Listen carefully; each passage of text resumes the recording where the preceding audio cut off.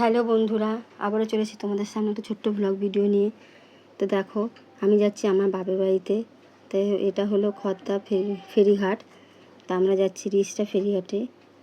Launch পেরিয়ে আমরা ওই পারে যাব, গিয়ে এবার টোটো ধরবো। টোটো ধরেও ফেলেছি, ধরে আমরা এখন যাচ্ছি আমাদের বাড়িতে। তো দেখো, আমার পিসি আগে আগে যাচ্ছে, তা আমার আগে আগেই পিসি যাচ্ছে। আমরা বাড়িতে পৌঁছানোর সময় মা একটু চা করে দিল আর রুটি দিল, ওই দিয়ে টিফিন খেলাম। খাওয়ার পরে এবার আমার ঠাকুমা বসে রয়েছে।